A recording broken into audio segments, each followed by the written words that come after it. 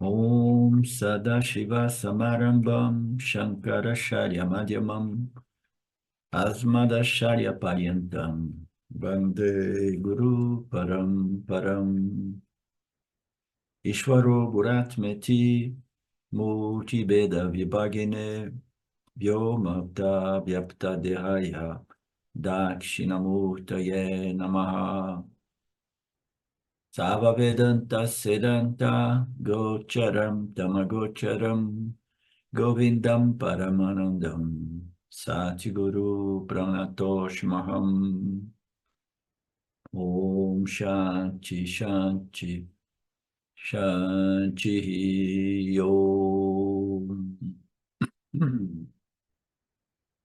Namastê. Capítulo 8, arquivo versos 19 a 22. Nós vimos o capítulo 6 sobre Upasana, o capítulo 7 sobre a natureza de Saguna e Nirguna Brahman, e o capítulo 8, um desdobramento decorrente de uma questão colocada por Arjuna no final, no capítulo 7. Se vocês lembram, né? Ele questionou o Krishna a respeito dessa história da importância da lembrança, a lembrança de Ishvara, a lembrança de Deus antes de deixar o corpo. Ele apresentou outras questões, eram mais técnicas de natureza sânscrita, né, da estrutura da língua sânscrita, esses termos distintos, mas a questão principal foi a questão relativa à importância, né, de lembrar do Criador antes de nós deixarmos o corpo físico, né? Então, nós vimos isso nas duas aulas passadas, e nós sabemos que a lembrança de Ishvara, né, é algo que precisa ser cultivado ao longo de nossas vidas. A gente não consegue se improvisar, né? No último momento, dizer agora eu vou conseguir, agora eu vou ficar focado nas características e atributos de Saguna e Ishvara, ou né, eu vou ficar focado na natureza livre de atributos e características de Nirguna Brahman, né? Então, qualquer que seja o meu foco de Upasana, né, seja ele Nididhyasana, ou seja ele simplesmente o Dhyana, a meditação, numa característica de Saguna Brahman, né, este foco é um foco difícil de ser desenvolvido porque nós passamos a vida toda presos nos objetos do mundo. Os objetos do mundo nos atraem, nos amarram. A condição psicológica difícil da humanidade é devido a essa prisão. Os indivíduos estão presos no mundo, eles pensam que eles estão presos assim, assado, agora é uma prisão digital, praticamente, seja digital ou seja física, é uma prisão nos objetos. A gente está preso no mundo porque a gente acredita que o mundo ainda possa ser uma solução, né? A gente possa encontrar a felicidade eterna no mundo, né? Seja ele o mundo sutil, o mundo físico, né? O Vyavaharika, o mundo físico, material, ou seja ele o mundo digital. Nos tempos modernos a gente fala sobre o mundo digital também.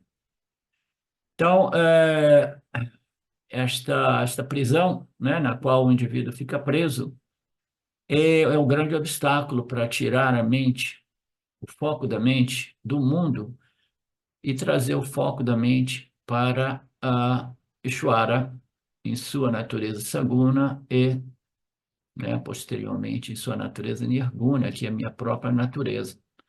E por que que é tão importante assim a gente tirar a mente do mundo e trazer ela para Saguna barra Nirguna Brahman? Quem pode me responder isso?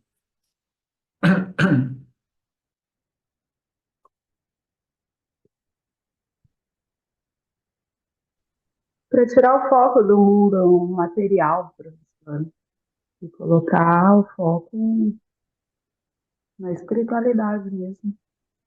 Sim, mas isso ainda não responde à questão, mas o porquê que é tão importante tirar o foco do mundo e trazer o foco para aquilo que é o espírito. Eu- o mundo não tem nada que nos complete, que vá nos dar nada. Já somos a natureza completa. E se a gente está buscando no mundo, a gente está engajado com a falsidade daquilo que é o que é a felicidade, enfim.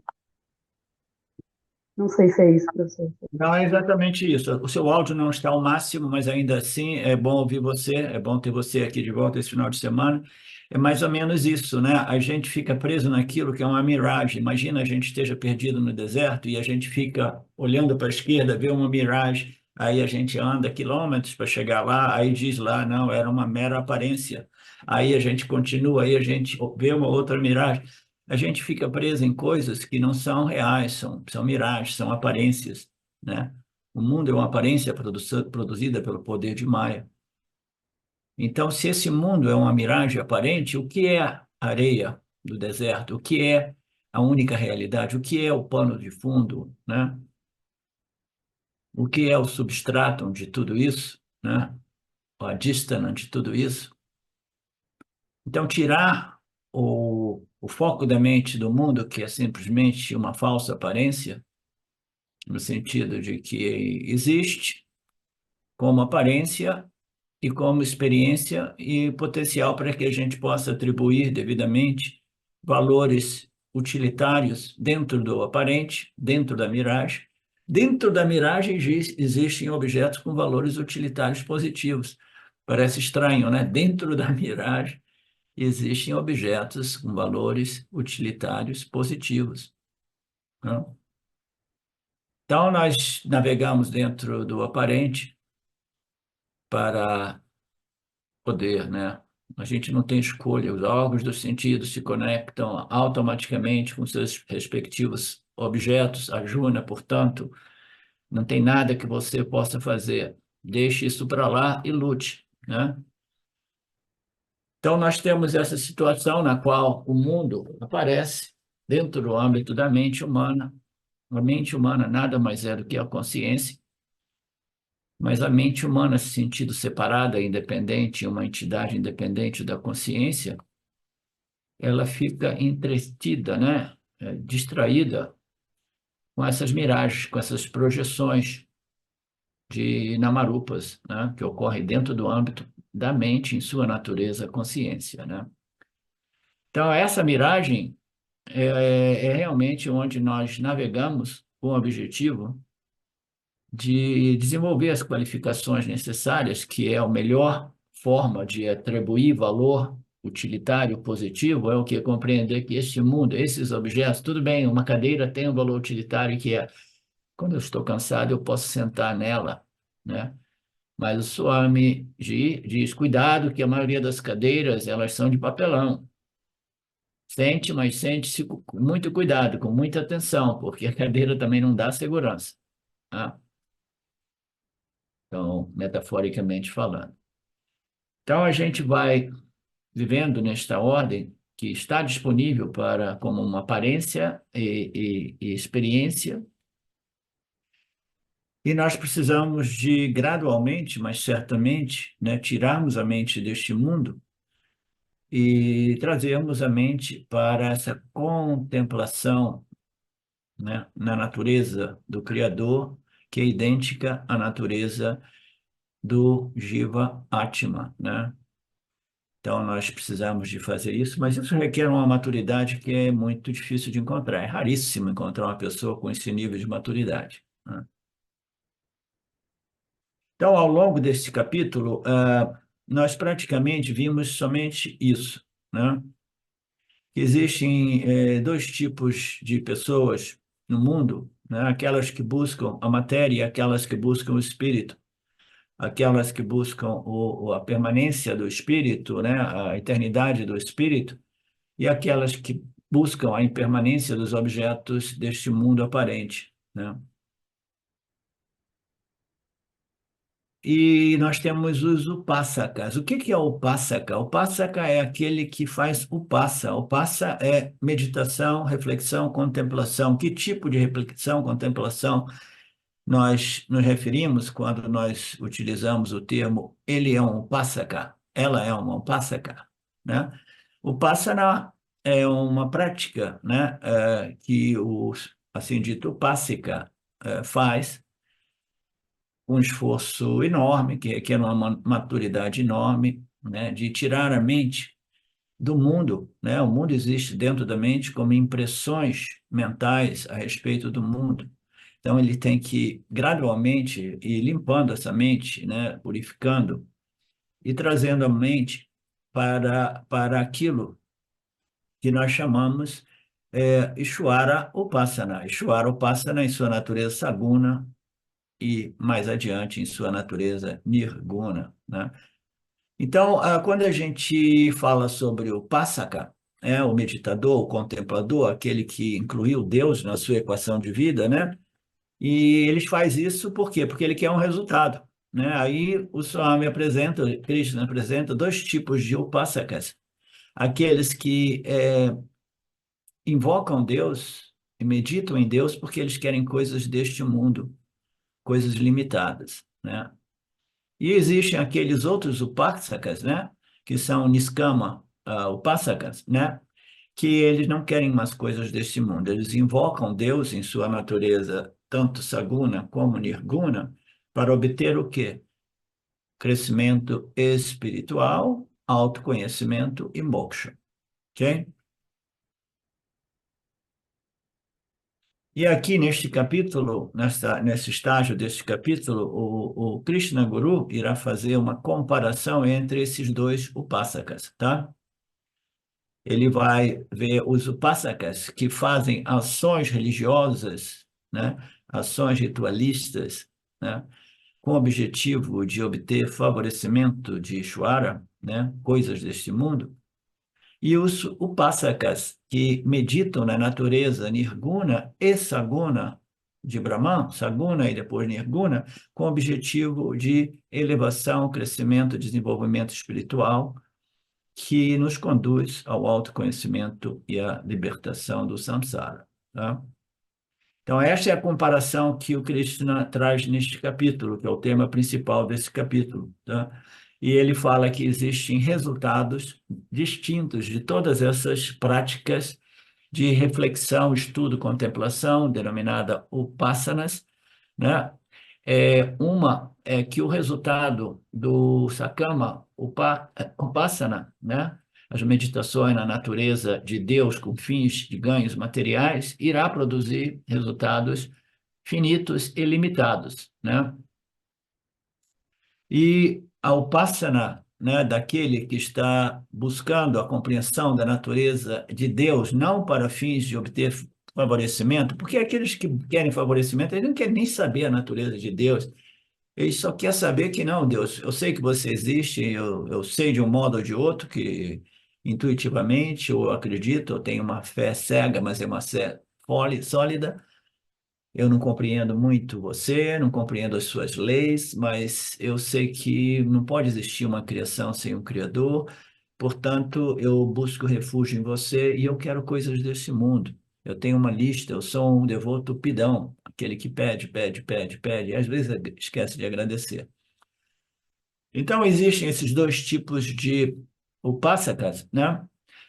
E eles fazem essas upassanas, essas sadhanas, né, com o objetivo de obter resultado. Um resultado é coisas do mundo, coisas finitas, e o outro resultado são coisas que não são desse mundo e que não são impermanentes, ok? Não são impermanentes e, em alguns casos, são coisas infinitas. Então, eu estou fazendo uma parêntese aqui para criar uma distinção. O Niskama, o Passaka, ele está meditando na natureza saguna de Brahman para obter o quê? Crescimento espiritual. Então, o resultado, o palam do Upasaka, que medita na natureza de Saguna Brahman, Saguna Ishvara, para fins de elevação espiritual, o que ele está ganhando é permanente ou impermanente? Quem é que pode me responder isso?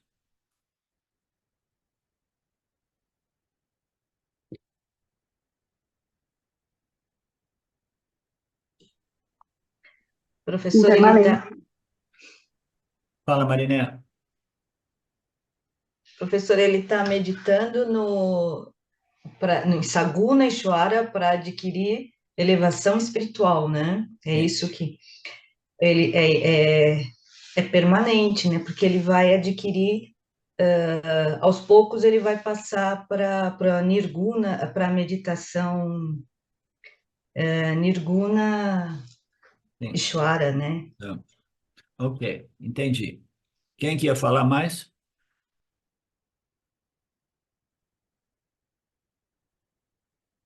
Foi você, Betânia? Sim, professor. O Pássana é finito, né, professor, ainda. Então, é impermanente. Tá, então, foi bom levantar essa questão. Hoje, a propósito, eu vou aproveitar esse início assim, eu vou envolver mais vocês para ver primeiro, né, o que já ficou claro e o que ainda não está muito claro para vocês, e também para mim não ficar falando sozinho aqui o tempo todo, tá? É, Marineia, o Pássaka que medita na natureza de Saguna Brahman para fins de elevação espiritual, para fins de crescimento espiritual, né? Ele produz, ele recebe, ele produz, aquela prática dele produz resultados que não são a infinitude, que não são a natureza ilimitada e infinita, mas ainda assim os resultados eles são permanentes, tá, Mariné? Permanentes porque, como você disse, o ganho, a elevação, o crescimento espiritual, muito embora possa parecer contrário ao que eu estou dizendo, o que as escrituras dizem, ele não é perdido. É por isso que nós dizemos que o Karma Yoga é aquele que vive no mundo, engajado no mundo, interagindo com o mundo, convertendo todas as ações em práticas religiosas e espirituais, de tal modo que nenhuma das ações dele no mundo são desperdiçadas, porque todas elas têm dois objetivos. Um é um ganho prático mundano, né, referente a uma ação, né, como por exemplo, eu preciso encontrar um emprego novo, então eu coloco ações, né, eu quero um resultado que é um emprego novo, porque eu perdi meu emprego, né? Mas por trás deste objetivo secundário, o objetivo primário é simplesmente o quê?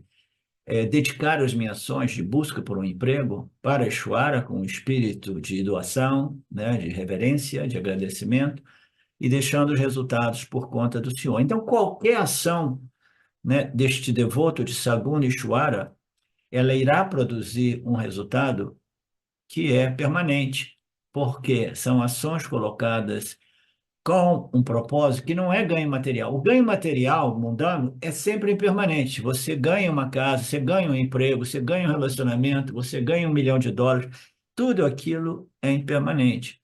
Mas a alma individual, ela vai produzir ações religiosas e espirituais que, embora não produzam o infinito, porque o infinito é a natureza do indivíduo, e a menos que ele entre no Nirguna Ishvara Upasana, que é o Nididhyasana, né? A menos que ele entre no Nirguna Ishvara Upasana, que é o Nididhyasana, ele permanecendo no Saguna Upasana, meditando na natureza de Deus para fins de crescimento espiritual, ele não obtém aquilo que é o infinito e o ilimitado, porque ele não está buscando aquilo ainda, ele está buscando o quê?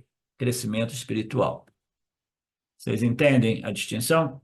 Ele está buscando crescimento, elevação espiritual, ele ainda não se sente confiante de entrar no Nididhyasa, no qual ele já não busca elevação ou crescimento espiritual, aquilo ocorre naturalmente como um bônus, mas ele busca o quê? A compreensão de sua natureza infinita e limitada como idêntica à natureza infinita e limitada de Shwara e de Paramatma. O Jiva Atma compreendeu, ele aceitou a lógica apresentada pelos Upanishadas, ele sente no coração dele que é por ali mesmo a única saída do samsara, e ele vai buscar realmente aquilo que é a infinitude e a ilimitação como a sua própria natureza. Antes disso, ele está buscando o quê? desenvolvimento de qualificações necessárias, o crescimento, a elevação, a purificação, o refinamento do complexo corpo, mente e sentido, né? Vocês entenderam a distinção, Betânia? Sim, professor, perfeito.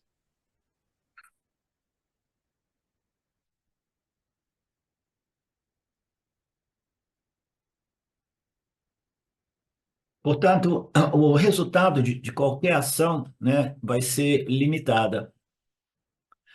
Qualquer ação é limitada. Até mesmo a ação do Karma Yoga, até mesmo a ação daqueles que produzem, aquelas ações que produzem crescimento espiritual, não irão produzir a ilimitação, elas irão produzir crescimento espiritual que é retido, que não é perdido, nem com a morte do corpo físico, né? Mas, em geral, todas as ações, né, sejam elas verbais ou físicas, elas produzirão resultados limitados e finitos.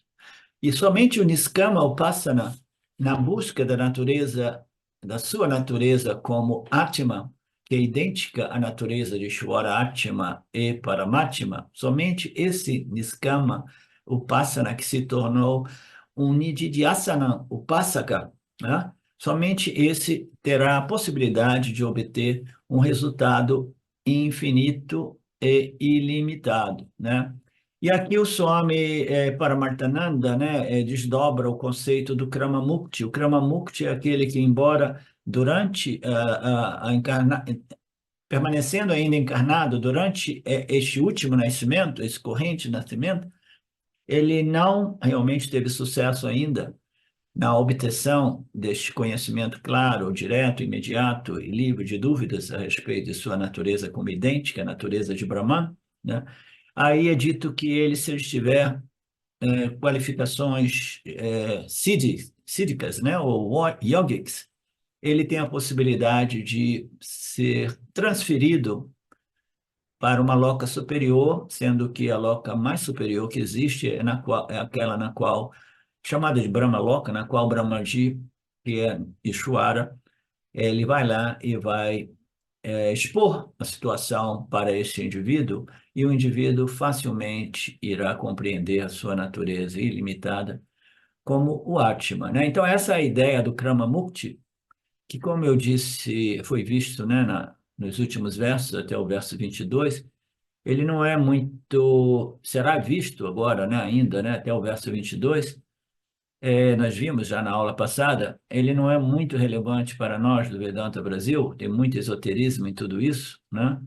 Eu não sou muito fã do esoterismo, ou misticismo, muito embora ninguém possa negar nada disso, principalmente porque tudo isso veio das escrituras védicas, e eu tenho confiança nas revelações védicas, né? Então, todas essas ações produzirão resultados limitados, a menos que eu me torne um Nididhyasana ou Pasaka. E isso foi desdobrando, desdobrando, desdobrando, ao ponto de, né, expor o fato de que até mesmo Ishvara, né, até mesmo Brahmaji, ele existe e deixa de existir, digamos assim, né? Aí isso aqui fica complicado, porque aí a gente vai entrar no conceito da criação, originação deste universo aparente, né, Marcela? Aí começa a ficar meio enrolada a coisa aqui, né? Então, aí o Krishna, o Arjuna, e o Arjuna quer saber, quer falar sobre a duração de Brahmaji, se Brahmaji é limitado, é ilimitado aí. A gente não quer entrar nesse tópico, porque aqui é um grupo, né, muito embora nós sejamos, né, vedantins avançados, né, esses vídeos permanecem no YouTube. E algumas pessoas aqui e ali encontram esses vídeos, né? Eu não quero fazer confusão na cabeça deles. Mas o fato é que até Brahmaji, até Ishvara, é limitado, porque é dentro da ordem aparente. Tudo que existe, né, dentro de Mitya, e Maya é parte integrante de Mitya, né? É a linha divisória, digamos assim, entre aspas, né? Só existe Satya, mas dentro do âmbito de Satya, existe um poder chamado Mithya, digamos assim, né? Existe um poder, existe um espaço para uma sobreposição naquilo que é a única realidade, e esse espaço, essa abertura que existe, requer um determinado poder. O poder é o Mister Maya, e o Maya, ele imediatamente ele invoca Ishvara como criador, o Jiva como o ator no palco da criação, e a criação, que é o palco no qual nós vivemos, navegamos e interagimos, né? Então, aí vem a questão, né? E esse Ishvara, esse Brahmaji eterno e ilimitado, não, ele é um ser autoconsciente, né? Constituído de inteligência pura, suprema, absoluta, conhecimento de todos os universos, passado, presente e futuro.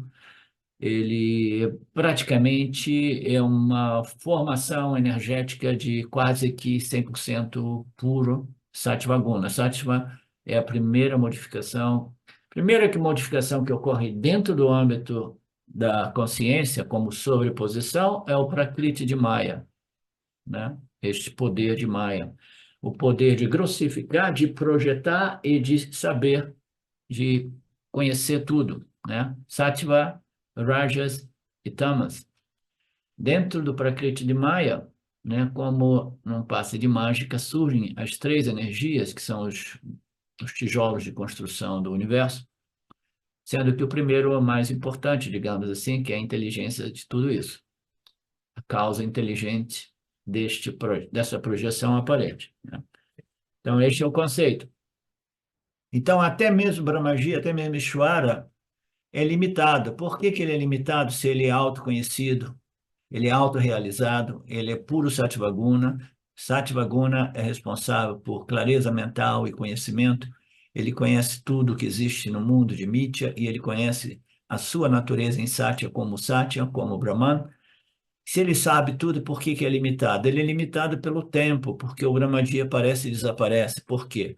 O Maya é o todo-poderoso de Mithya. O Mithya ocorre a partir de Maya. Quando Maya se cansa, ele quer dormir, ele recolhe tanto Brahmaji, Ishvara, né? Jiva, Atmas e Jagata. Ele recolhe tudo. Do mesmo modo, nós recolhemos tudo, nós não, né? Maya, através de nós, recolhe o nosso mundo dos sonhos, né?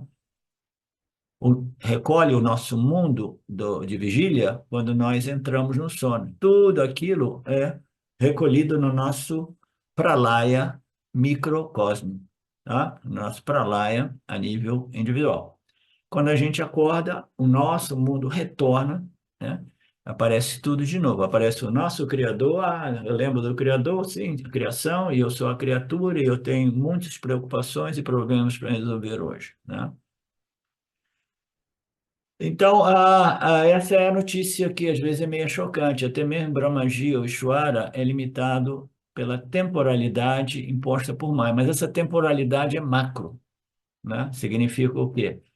Segundo a nossa escala temporal, o Maya, ele se cansa, o poderoso Maya, ele se cansa depois de trilhões de anos, aí ele coloca fim tanto a Ishvara como todos os Jivas, de todos os reinos, e Jaga. Mas ele não destrói nada, porque existe um princípio dentro do âmbito de Mithya que diz que tudo que existe aqui é matéria e energia. A gente não vai falar que existe o espírito, que existe a consciência por trás, porque a gente ainda não chegou no Jnana Yoga do Vedanta.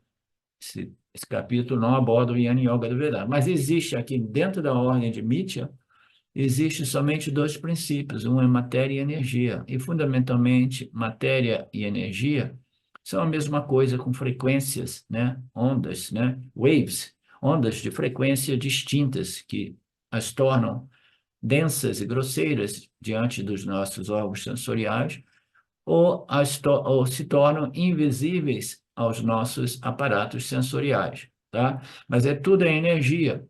E quando a gente vê a grossificação de energia, a gente diz essa é a realidade, o mundo físico material. Esse é o grande engano, né, criado por Maia. Aí, quando tudo se torna ou se transforma de novo em formações de energias mais sutis, frequências mais curtas, né? que ocorre? Ocorre que o mundo visível se torna invisível, mas ele não desapareceu. Existem leis comprovadas pela ciência, né, que diz que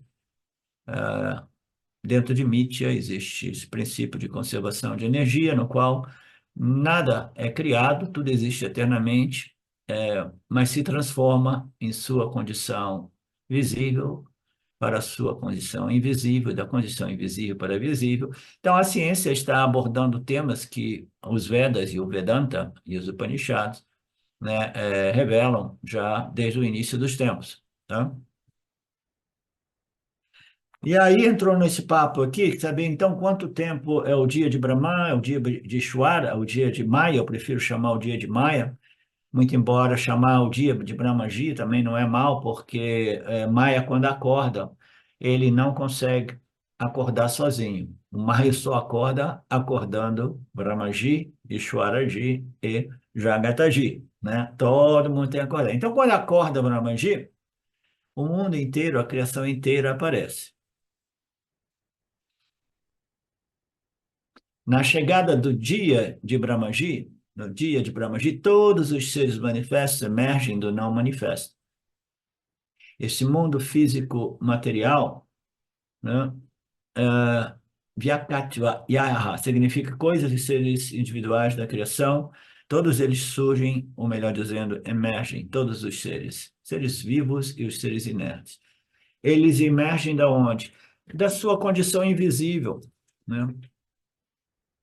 Porque dentro deste Vyavahárika, nós sabemos que existe a dimensão sutil, que é aquela que não é visível aos nossos órgãos sensoriais, e a dimensão que nós chamamos de tangível, densa e grosseira, que são disponíveis aos nossos órgãos sensoriais. Então, aqui dentro deste estado de vigília, existe o invisível e o visível, né? Mas existe um invisível mais invisível do que o invisível dentro do âmbito do estado de vigília. Este invisível mais visível de todos é o quê? É o corpo macrocósmico causal do universo, tá? Então, existe dentro do âmbito de Mitya esses seres que são visíveis ou invisíveis diante dos nossos órgãos sensoriais, né? E existem também um outro não manifesto, um outro invisível que é literalmente não manifesto, porque ele existe como potencial latente, semente do universo. É a condição potencial. Então, nós estamos falando de dois níveis de invisível. Um nível do invisível é o quê? É o corpo macrocósmico sutil do universo. Ele é invisível porque são energias sutis que nós não as percebemos. E existe o outro que é mais invisível e mais sutil do sutil, que é o campo causal, né? É o campo, é o universo causal, existe lá como potencial semente, tá? Então, nós chamamos o não manifesto de o campo macrocósmico causal, que é sinônimo de Maya. Maya é o Prakriti, no qual tudo se recolhe, tudo se resolve. O que que se resolve dentro de Maya? Ishvara, Jiva e Jagata, tá? Tudo retorna para o Prakriti de Maya. E a gente chama isso de o Pralaya, o sono de Maya, ou o sonho de Brahmaji, o, o sono de Maya, o sono de Brahmaji e o sono do Jiva.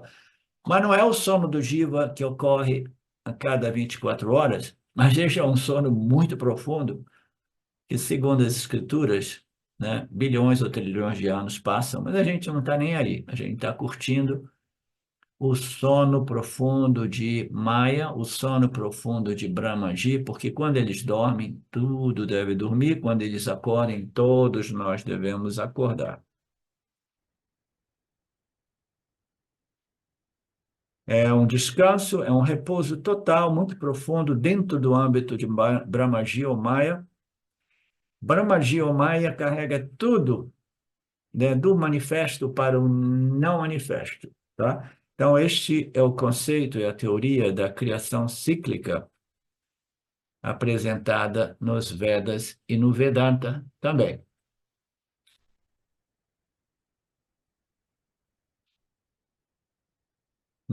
no capítulo 2, Krishna dizia, ó Arjuna, todos os seres são não manifestos no início, manifestos no meio e não manifestos no fim.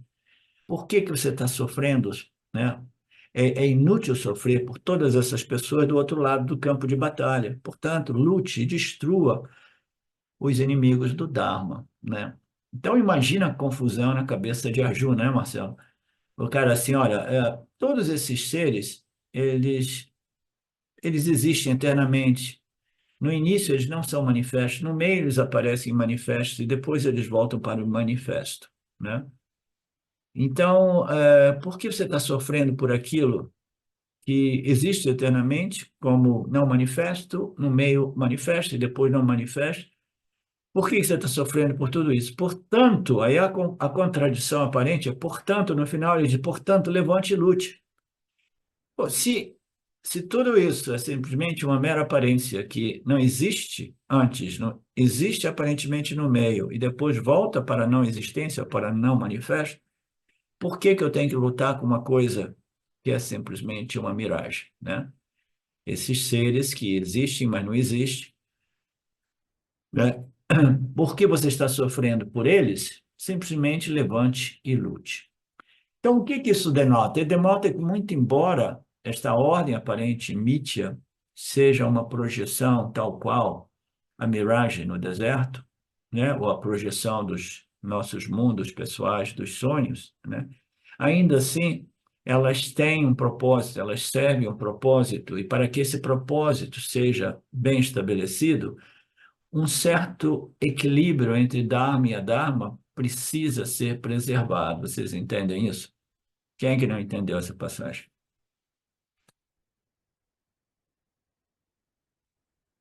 Estou tentando ir mais devagar, porque essas abordagens, elas são muito profundas e muitas vezes eu passo por elas muito rapidamente. Então, se dentro do âmbito desta aparente projeção, como tal qual o mundo dos sonhos ou a miragem no deserto, né, ela existe e ela serve um determinado propósito, porque, como eu digo, é dentro da miragem que nós encontramos o substrato da miragem, que é a areia do deserto, é dentro da miragem, a projeção deste universo aparente, que nós encontramos o substrato deste universo aparente, que é a consciência infinita, limitada, que é a minha própria natureza, né? Que é a natureza de todos, né? Então, qual é o propósito, qual é a utilidade deste aparente e por que que nós precisamos de, ainda assim, muito embora seja simplesmente uma projeção aparente, ela precisa ser preservada em termos de equilíbrio entre o bem e o mal, o Dharma e o Adharma, né? É uma questão filosófica muito clara, importante, que aparece em todos os nossos textos, que é a compreensão do que é Satya, do que é Mithya, deixa Mithya o que é de Mithya, deixa Satya o que é de Satya, dentro de Mithya se comporte segundo as leis e princípios de Mithya, e dentro de Mithya, a lei mais fundamental é a lei do Dharma, né? A Dharma nada mais é do que um equilíbrio que precisa existir entre o bem e o mal, entre o justo e o injusto, porque, caso contrário, né, se o Dharma for realmente totalmente destruído, como estava ocorrendo naquele período ali que Krishna Avatara veio para dar uma mão à humanidade, né? Se o Dharma for totalmente destruído, diversas passagens do Gita, o Krishna Guru fala, né, que a sociedade vai ser destruída, o Dharma vai ser destruído, as crianças vão ser assassinadas, as mulheres vão ser estrupadas, né? E assim por diante, né? Os valores, né, religiosos, sociais, espirituais vão ser destruídos, etc, etc. Então, imagine a gente vivendo num campo no qual existe guerra em toda a superfície do planeta, 24/7, naquela condição, ou num planeta no qual todos nos tornamos escravos, né, de um sistema asfixiante, opressor, né, não existe uma atmosfera, uma condição, um meio ambiente que seja propício para aquilo que é o propósito dessa criação, que é compreender o substrato dentro da aparência. O propósito é crescer, desenvolver em sabedoria espiritual, religiosa, até que eu compreenda a realidade dentro da irrealidade, né? Então, preservar, defender o Dharma é de total necessidade. Por isso que o Gita apresenta esta condição, essa situação, né, dentro do campo de batalha. Batalha é a batalha entre o bem e o mal, o Dharma e a Dharma.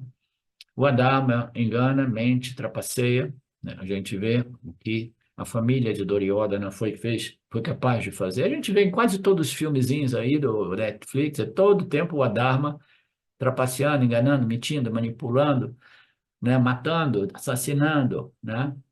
Parece que nos dias de hoje quase todos os filmes eles exaltam o Adharma, né? Porque parece que as pessoas neste período de Kali Yuga se identificam mais com o Adharma, se deixaram enganar. Mas deixando essa conversa de lado, o Krishna diz: levante e lute, porque nada disso é real, né? Mas ainda assim, dentro esse real, ele é projetado inteligentemente segundo algumas leis e princípios, entre eles os princípios éticos, kármicos, morais, dármicos. O Dharma precisa ser preservado, porque senão este campo de interação não servirá ao propósito que é a elevação, o crescimento, a purificação que nos permite compreender a realidade dentro da realidade.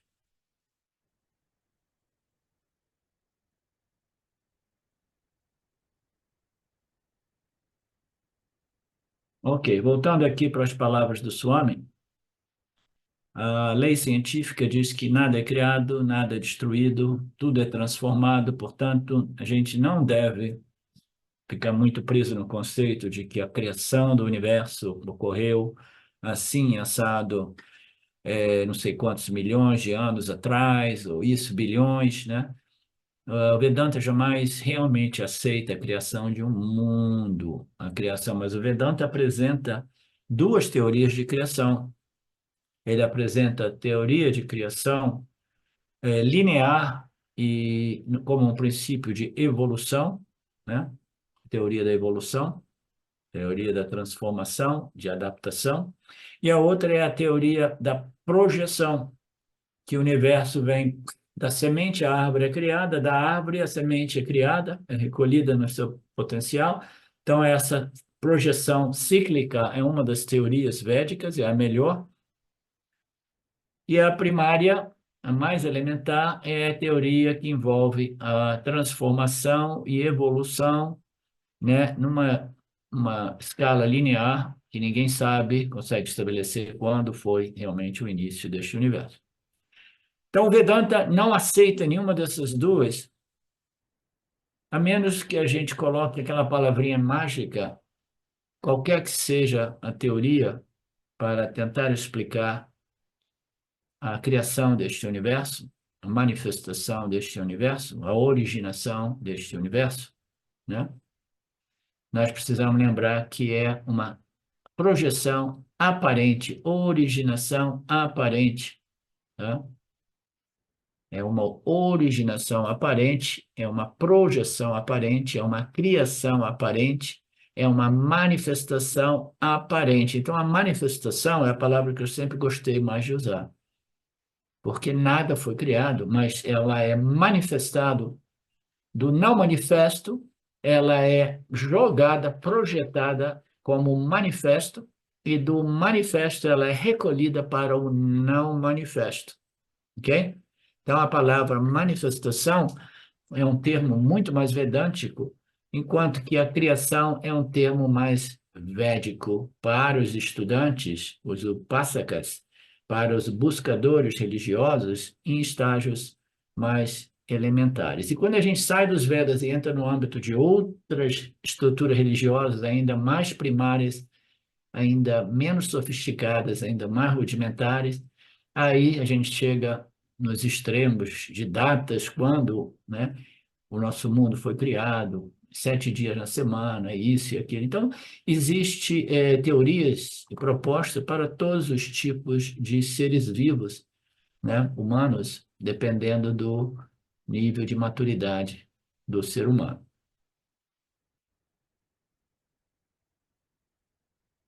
Então, tem uma questão muito legal, que eu acho que foi o Swami Dayananda.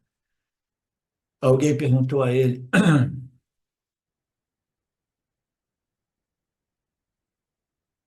é,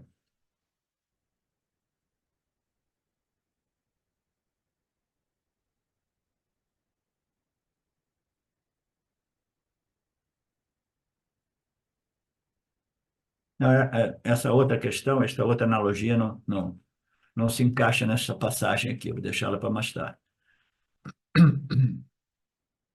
Vedanta nunca aceita uma criação real do mundo, né? Porque, como nós sabemos, se nós aceitarmos que Brahman ou Brahmaji criou o mundo, então essa aceitação de que existe realmente uma criação, uma originação, como nós vimos no Mandukya, né? Vai criar muitas outras questões que não encontram respostas, né? Aí as falácias de todas essas teorias, elas são expostas brilhantemente pelo Gaudapada, como nós vimos no Mandukya Karika, né? Como, por exemplo, criou o mundo, sim, quando e por quê? Qual a motivação? Onde é que ele obteve a matéria-prima para criar o universo, o cosmos, né? Aonde isso, aonde aquilo, e por que isso, e por que aquilo? São todas as questões que não encontram respostas lógicas.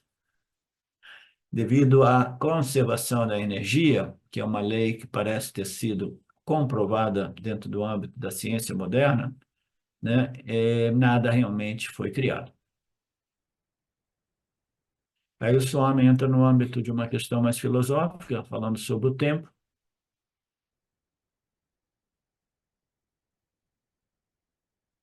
O mundo potencial, Deus não criou, o mundo já existia lá em forma potencial, a matéria era potencial, o universo era potencial, influenciado por um princípio chamado tempo.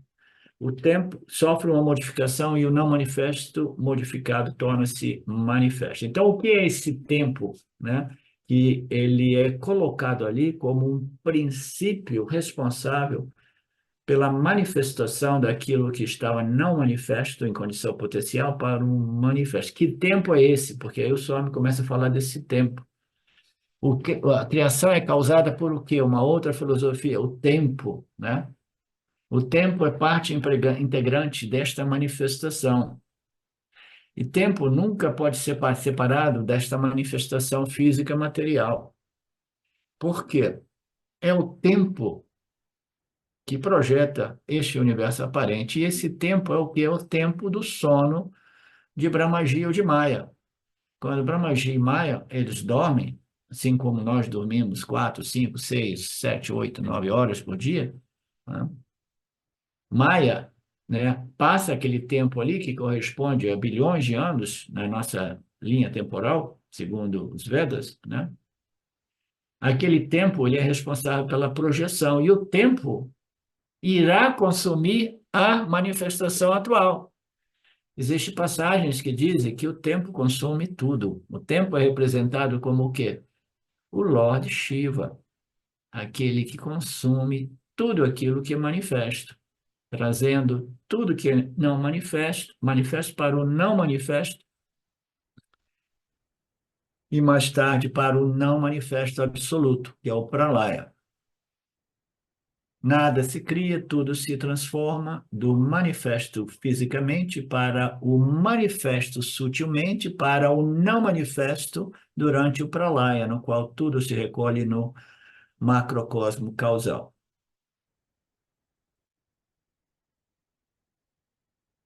O verso 19, na chegada da noite de Brahman, a multidão de jivas, entre tantos outros seres inertes, tudo se funde de volta.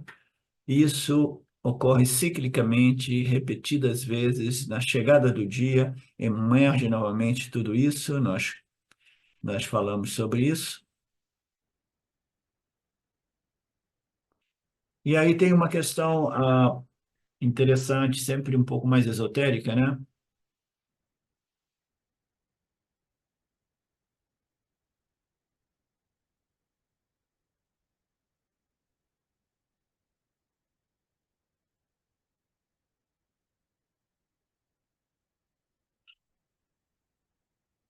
Ok.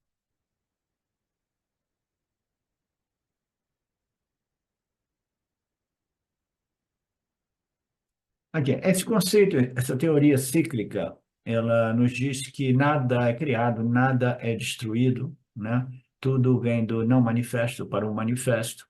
O manifesto é uma estrutura, é uma miragem aparente extremamente complexa em termos de desenho, né? De estrutura, com diversas dimensões sutis, né? E diversos universos paralelos, como dizem, né? Existem outros universos físicos, materiais paralelos a esse. Então, ninguém sabe exatamente, né, o número de manifestações físicas e sutis que existe, né? Os Vedas apresentam essas ordens, né, como 14 lokas, mas existem outras teorias até de universos, muitos universos paralelos físicos materiais, né? Então, se nada é criado novamente, tudo vai do potencial para o manifesto, né? Como é que a gente explica a questão da explosão demográfica, a explosão de população de jivas? Os jivas estão crescendo, crescendo, crescendo, né? Algumas centenas de anos atrás, poucas centenas de anos atrás, nós éramos 1 bilhão de pessoas nesse planeta. E agora nós estamos já com 8 bilhões, né? Então, aqui a explicação védica, vedântica, védica principalmente, o Vedanta não entra muito no âmbito disso, né, é que existem 14 dimensões, ou ordens, ou lokas, né, nas quais 7 são superiores e 6 são inferiores a essa nossa ordem física, né? Então, a questão, assim, por que que tem tanta gente no planeta? Dizem que o planeta não tem condição de sustentar esses 8 bilhões, né? Isso é questionável, mas ainda assim, do modo que a sociedade é estruturada, parece que deste modo a gente não consegue mesmo. A gente está acabando com os recursos naturais do planeta. Então, a explicação é muito simples. Existem diversas locas e diversos seres vivos. Existem os seres vivos, os jivas do mundo vegetal e animal, né, que estão sempre ali esperando uma oportunidade para o nascimento humano. Então, nos dias de hoje dizem que tem lugares aí que tem quase tantos gatos e cachorros quanto humanos. Imagina os gatos e cachorros vivendo com os humanos, né? Entrando em contato com aquilo que a gente chama de inteligência ou ignorância humana, né? Eles vão adquirindo determinados, de repente, vássanas ou tendências ou desejos, né? E de repente eles nascem humanos, assim dizem essas escrituras esotéricas, né? Então existe uma infinidade de outros jivas não humanos que querem uma oportunidade de aparecer no nascimento humano, né? Que é dito ser superior. E sem falar de que existe um monte de gente nessas locas superiores que esgotaram já os seus punhas e Chuara e Brahmaji está lá insistindo, volta, você tem que voltar. Você, não, agora eu me apeguei com essa loca de punha aqui, não quero descer não. Né? Se você me jogar lá embaixo, joga com uma corda para me subir de novo, né? E Chuara, né? Naquele dilema, né?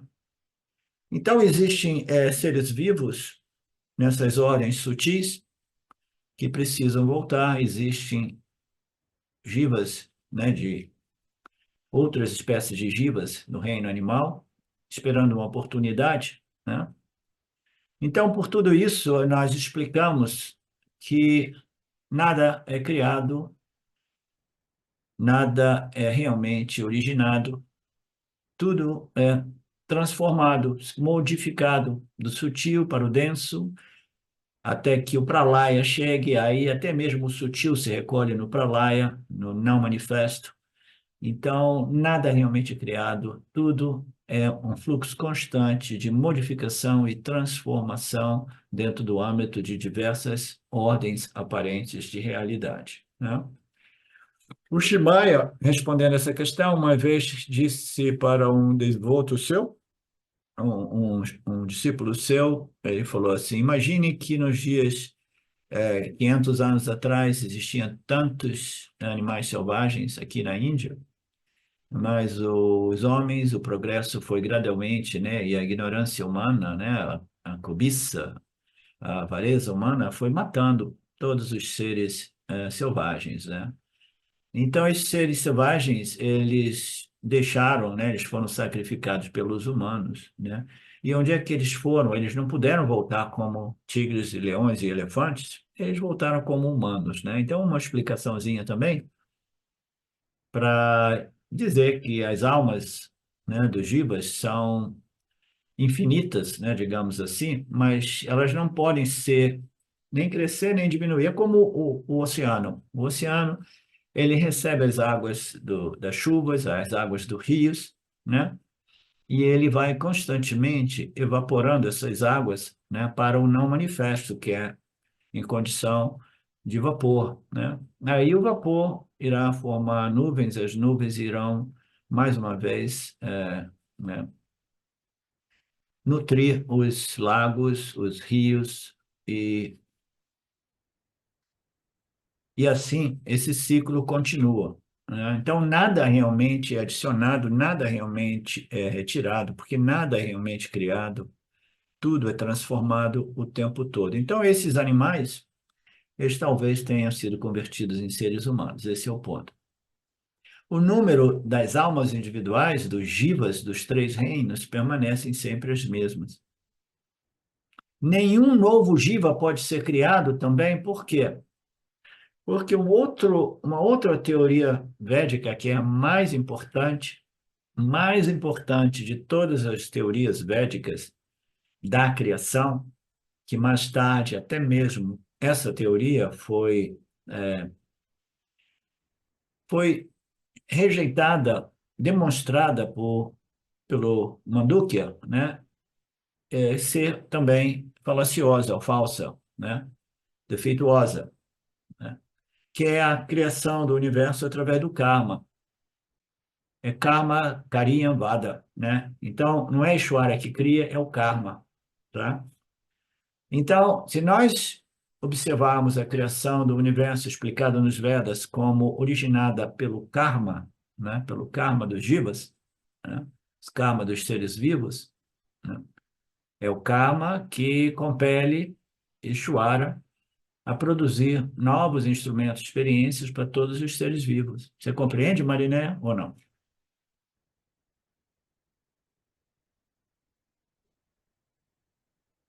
Então, do ponto de vista desta teoria védica, que é a mais sofisticada entre todas, né? Se o universo fosse realmente manifesto, criado, originado por Ishvara, do ponto zero, né? Porque antes nós teríamos estabelecido de que o universo X requer um universo Y antes dele, porque antes ele estava em repouso, aí ele aparece, e aí ele vai em repouso, ele aparece. Então, é uma retrocessão, né? Infinita, né? Uma regressão infinita. Então, a teoria do karma também não é muito diferente. E se Ishvara tivesse que começar o universo, o cosmos número um, né? A partir do zero, ele não teria as vasanas ou os karmas dos jivas, né? Ele teria que atribuir, criar uma infinidade de jivas em todas as ordens aparentes, em todos os universos e colocar, computar, né, alguns vasanas e karmas em todos os jivas. Aí tem até pessoas que dizem, sim, no início, sim, Ishvara colocou todo mundo com uma conta kármica equilibrada de X Punya e X Papa, né? Existe essa teoria também. Ele colocou tudo igual. Pá. Existe até algumas metáforas e analogias que um rei, um pai, que era um Yanni, pegou dois filhos e deu uma quantidade de riqueza para ambos, para ver o que cada um deles iria fazer com essa riqueza. Então, digamos que no início do universo, Ishvara criou uma infinidade de jivas em todos os reinos, em todas as dimensões, e deu 50% de punya e 50% de papa para cada um, né? E diz, agora vamos ver se vocês vão crescer os punyas ou vocês vão crescer os seus papas e definhar os seus punyas, né? Mas todas essas teorias, no final das contas, elas são, logicamente, rejeitadas quando nós analisamos sobre a luz dos ensinamentos do Mandukya. A gente precisa lembrar que Ishvara não pode criar nenhum jiva deliberadamente a partir de seu desejo, porque Ishvara é livre do desejo. Ele é simplesmente esse sistema. O jiva de hoje é determinado pelo seu karma precedente, seu punya karma precedente. Portanto, um jiva novo jamais pode ser criado, né? Qual teria sido a base da primeira criação? Para essa, a resposta é que não existe a criação. Os jivas existem sem início. Ishvara Jiva Jagata é anadi. Ele existe sem início, mas existe o quê? Aparentemente como uma miragem. A miragem existe sempre. A miragem, o arco-íris que a gente vê no céu, quando é que ele foi criado? Não, ele existe sempre. Mas ele requer circunstâncias físicas especiais para que ele surja do não manifesto para o manifesto. A miragem, o arco-íris e diversos outros fenômenos, eles existem sem início, né? Seja visivelmente ou invisivelmente, manifesto ou não manifesto, ok? Portanto, todos os jivas de todos os reinos, de todas as dimensões, são sem início. E aí existe um ritual bacana no início dos estudos das Escrituras que diz: neste grande ciclo de eterna ignorância imposta pelo poderoso Maya, que é fruto do desejo, né, por vários movimentos de ação em vários corpos de vários jivas do reino animal e vegetal, ele não fala, animal e humano, né? Tendo renascido muitas vezes por algum ato meritório, né? O não nascimento foi determinado ao homem. Você requer muito mérito, muito punho espiritual para compreender que o não nascimento é a única realidade, a não criação, a não originação, e que aquilo que nós somos é muito antes ou além do nascimento e da morte, da manifestação e não manifestação, e a gente vai entrar, esse é um tema mais profundo ainda, da manifestação e a não manifestação. Existe uma realidade que não é o não manifesto com potencial para o manifesto. O não manifesto com potencial para o manifesto é o macrocosmo causal, que é um outro nome dado para Maya, mas além de Maya, além do não manifesto causal, além daquilo que existe como potencial não manifesto, que se manifesta como universo aparente, existe algo que é além. E para isso, muito mérito espiritual é necessário para que o homem consiga compreender e determinar a não originação, o não nascimento, a não criação de nada disso, tá? A gente dá uma parada aqui e a gente volta do verso 20 em 10 minutos. Om Purnamada Purnamidam Purnamudachyate Purnasya Purnamadaya Purnameva Vashishate Om Shanti Shanti Shanti Om. Namastê. Olá! Queria trazer aqui para vocês o quanto eu tenho me beneficiado dos ensinamentos do Vedanta. Esses ensinamentos do Vedanta, eles mudaram a minha vida, o meu estilo de vida, né? A partir de uma compreensão sobre Jagata, o mundo, sobre essa pura inteligência, Ishvara, sobre o Jiva, né? A mente, o funcionamento, sobre a aplicação do Karma Yoga diariamente na vida, o quanto isso beneficia a purificação da mente, né? Para poder daí acessar aquilo que é mais valioso. Aliás, eu diria sem valor estimável, inestimável, né? Uma riqueza profunda, que é a compreensão sobre os ensinamentos de Satya, a consciência, a existência ilimitada que sou. Bom, eu sou uma aluna de Vedanta, desse grupo, Vedanta Brasil, que iniciei a jornada, estou no começo da jornada, mas essa jornada seria impossível sem o apoio diário de um professor qualificado, o professor Arlindo Nagar, nosso professor, que dedica a sua vida, que dedica as batidas do seu coração exclusivamente para o ensino do Vedanta. Ele gosta de usar a frase, o coração que se doa, recebe. Então ele é esse coração que doa. E aí a minha pergunta e o meu convite é: e você? Tem se beneficiado também dos ensinamentos, da compreensão, da clareza desses ensinamentos que são trazidos para nós? Sim? Se sim, o coração que doa, recebe.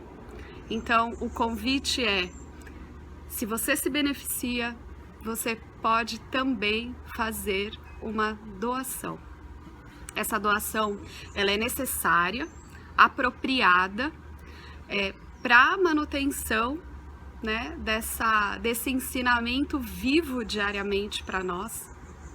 E é um convite para que a gente possa nutrir esse grupo com o dar e o receber. E se você se beneficia, tenho certeza, qualquer valor mensal é suficiente. É o valor que o seu coração sentir, mas é um valor apropriado.